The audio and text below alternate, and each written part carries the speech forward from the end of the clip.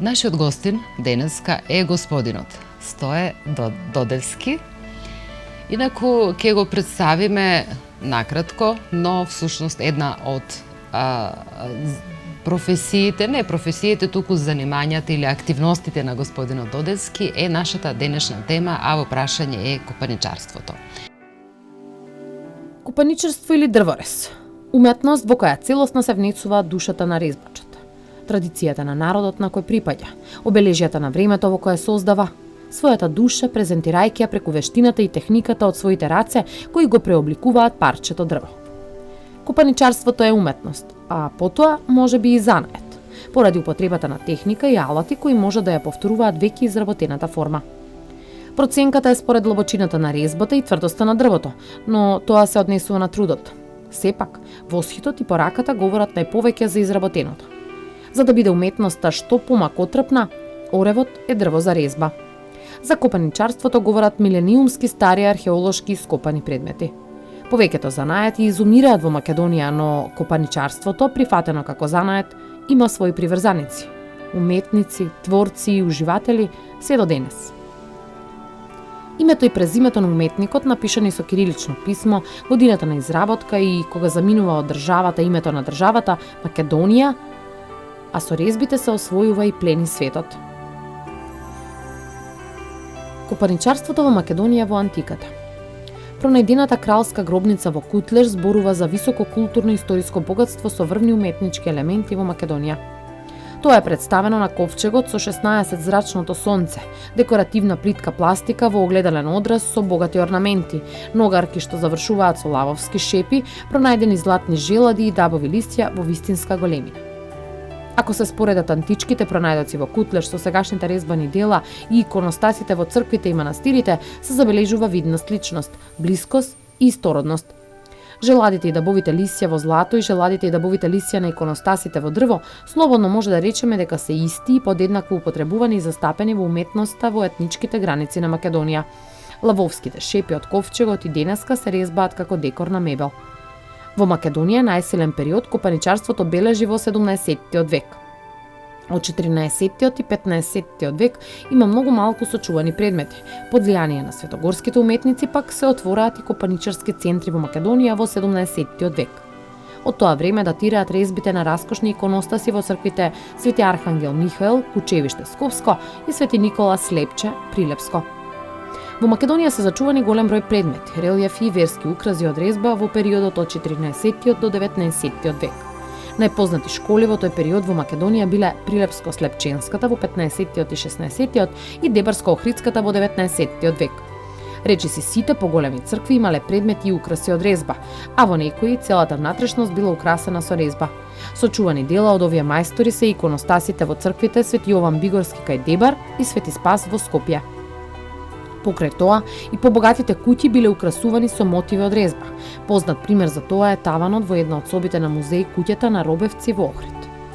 Најзастапени елементи во копаничарската уметност во античкиот и сегашниот период се риба, елен, ламја андрогин дракон, сатир, кентаур, грифон, лав, орел, паун, змија, лисје, цветови и плодови од смокви, лоза, афион, даб и други. Во античко време на влезовите на кралските палати и престоли се поставувале по два лава чувари на скулптура. Таа традиција продолжила низ вековите, а денеска во старите и новите цркви и манастири се ставаат како задолжителни копаничарски елементи покрај владичките престоли, тронови. Во античкиот град Баргала е пронајдена резба стара 17 века. На таа резба на дрво се представени луѓе, лавови и геометриски декорации од крајот на 4 век. Изрезбаните символи и елементи во јагелнисаното дрво зборуваат за тесна врска меѓу древноантичките, тогашните во 4 век и сегашните резби. Поврзаноста на античкиот период и копаничарските школи, Прилепско-Слепченската во 15-тиот и 16-тиот, Светогорската на Атос во 17-тиот и 18-тиот век и Дебарско-Охридската во 19-тиот век и денеска е изразена и видна преку приказ на елементите, символите и мотивите кои се користеле во античко време, а се користат се до денес.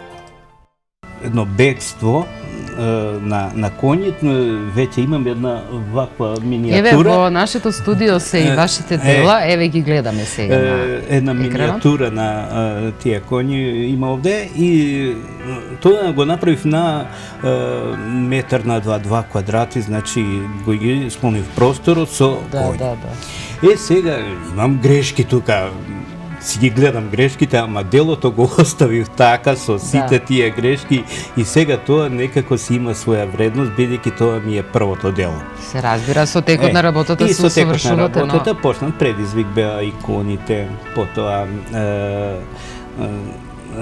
длабока подкопана резба, се обидов плитката во почетокот. Ова се вашите дела, така? Да, тоа се тие. Тоа се коњите. Погоре е Раѓање на Венера според Сандро Боттичели, неговото дело, и од тука е земено, така да ме предизвикуваше за една резба и мене лично ми се допаѓа ова. Само уште не е довршена, треба да се доврши, ја донесов овде и недовршени работи, треба да оди на изложбата, треба да ја довршам. Потоа розети имам правено, нон-стоп работа е концентрација од прилика 4 часа. После може да работиш нешто друго, али оние прецизни работи не може. Големи негостите, бидејќи гледам дека има многу ситни работи, еве какова дело што е. Многу ситни, многу нежни, тие линиички, тие точки. Треба длето, она под буква латиница В или козја нога го викаме. Има прави длета, има коси, има мали, ситни, за се што ти е потребно, го земаш она што ќе одговори на Дали освен еве како што гледам на парчења од дрво, изработувате слики, фотографии, еве икони и така натаму. Дали работите и намештај? Мебел, пардон. Да. Лицеви. Или се користи садолин кој нема лак во него. Така, всушност се користи и како заштита и за сјај. И како заштита и како сјај тоа се користи. Сега кога како? Да. Има некој, можеби баш ова е правена со таа техника што е гледам. Да, ова на мониторот што е така. Мала табла.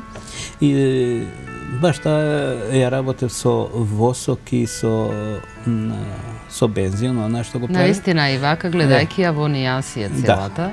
Да, си има своји убавини, дрвото само по себе не е еднобојно, туку самото си има своји нијансирања кои на некои што им работе фрезби, си земале лак, си го премачкале после работа се прави одредено дело кое сакаш да го постигнеш. Тук имаме некои материјалчиња кои што со некои дела, со изработка, еве ова е начинот на изработка, нели? Да. Ова се интересни веќе мотиви. Значи, добро, тоа е креативно, значи може и да се преслика од фотографија или чисто креативноста да биде ваша, вие да му дадете фотографија и облик на делото, нели? Да, во секој случај, добро, ако се работи за икона, копаничарот се разбира, тоа се пресликува, што би рекле, не? Сигурно, ама цели да ја направи онаква како што е на фотографијата.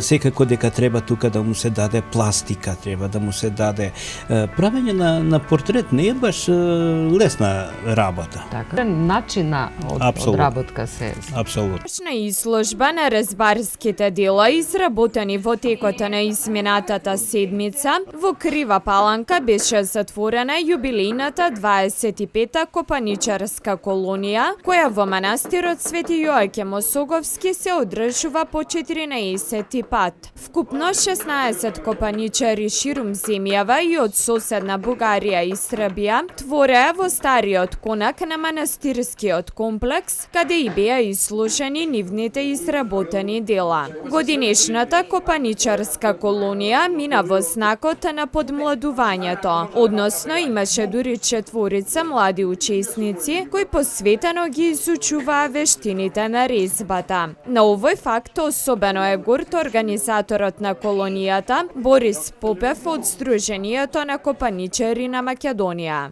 Делата со традиционална македонска резба, работени на орев, ќе бидат изложени во домот на армијата во Скопје на 20 септември. Инаку, Сдруженијето на копаничари на Македонија годинава организира уште една колонија која ќе се одржи од 5 до 15 септември во комплексот етно село Куманово и ќе биде сликарско-копаничарска колонија. Господине Додевски, тоа е она што јас сакав да слушнам од вас, а нашите гледачи да ги запознаеме со дел од тајните на копаничарството. Чекај сега, ја имам уште нешто.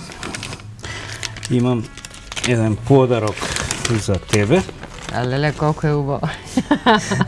Еве. Фала многу. Еве, јас мислам дека камерата ќе може да го види, а инаку тука пишува for you. Убав подарок од господинот Додевски. Така. Ви благодарам, ме изненадивте убаво, пријатно. Јас ви благодарам на вас уште еднаш. Јас се надевам и ќе бидеме во контакт Благодарам и на сите вас. оние новини кои што ги има од Апсолутно. од вашата активност и се разбира здравје Боже изложбата сигурно медиумски ќе можеме да ја проследиме и да објавиме. Благодарам уште еднаш. Благодарам и на вас.